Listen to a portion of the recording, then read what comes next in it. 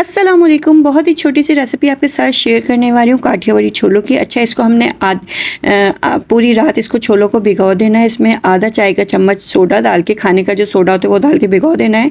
उसके बाद इसको हमने ना गलने के लिए रख देना है छोलों को, कि इतना गल जाए कि ये गुदगुदे से हो जाए। थोड़े से छोले ना इतने सख्त हो ना इतने नरम हो, ठीक है। इसके अंदर फिर हमने जो इसका छोलों में पका हुआ पानी होगा ना, वो इसमें हस्बे ज़रूरत डालना है जितना हमको चाहिए हो इसके अंदर, ठीक है।